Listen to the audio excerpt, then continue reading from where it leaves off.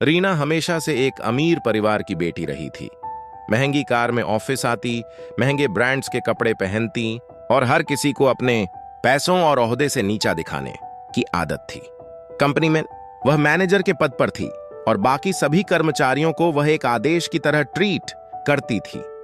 उसकी नजर में गरीब लोग सिर्फ उसके नीचे काम करने के लिए बने थे। उसी ऑफिस में अर्जुन नाम का एक गरीब लड़का चपरासी की नौकरी करता था। साधारण कपड़े, सादा स्वभाव और आंखों में अपने परिवार के लिए सपनों का समंदर। वह हर सुबह सबसे पहले ऑफिस पहुंचता, सफाई करता, पानी भरता और सबकी जरूरतें पूरी करता। कुछ लोग अर्जुन को पसंद करते थे, मगर ज्यादातर लोग उसे ताने मारते क्योंकि वो गरीब था और सबकी मदद करने के बावजूद सबसे नीचे का काम करता था। एक दिन मीटिंग रूम में रीना का मूड कुछ ज्यादा ही खराब था। उसने बिना किसी गलती के अर्जुन पर गुस्सा निकाल दिया। सबके सामने उसे नीचा दिखाया। तुम जैसे लोग बस जमीन पर रहने लायक होते हो, इस कंपनी में तुम्हारा कोई महत्व नहीं है।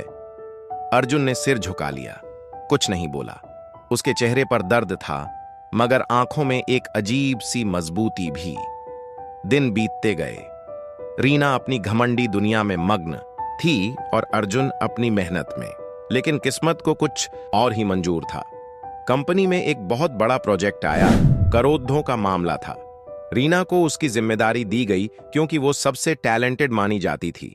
उसने प्रोजेक्ट की पूरी कमान संभाल ली, लेकिन एक छोटी सी गलती से पूरा प्रोजेक्ट खतरे में पड़ गया।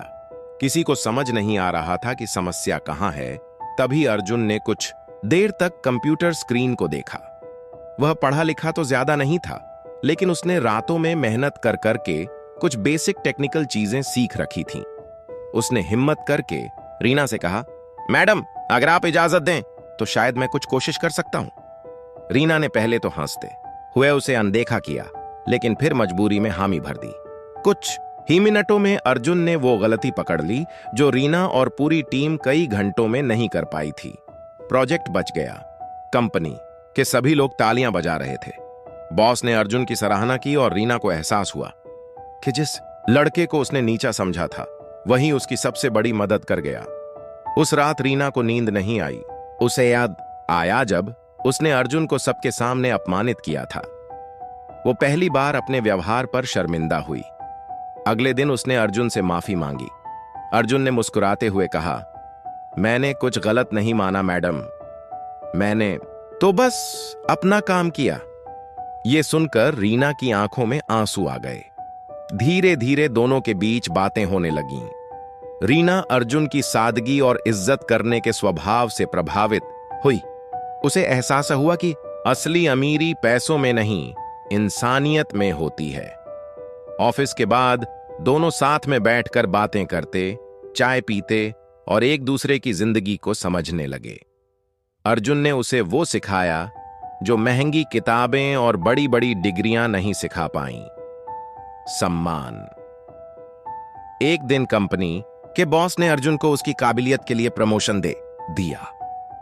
अब वो एक साधारण चपरासी नहीं, बल्कि टेक्निकल असिस्टेंट बन चुका था। उस दिन रीना ने पूरे ऑफिस के सामने अर्जुन के लिए तालियां बजाईं। उसने गर्व से कहा, ये वही लड़का है जिसे हम सब ने नजरअंदाज किया और आज ये हम सब की इज्जत का कारण बना है। रीना और अर्जुन के बीच अब दोस्ती से आगे का रिश्ता पनप चुका था।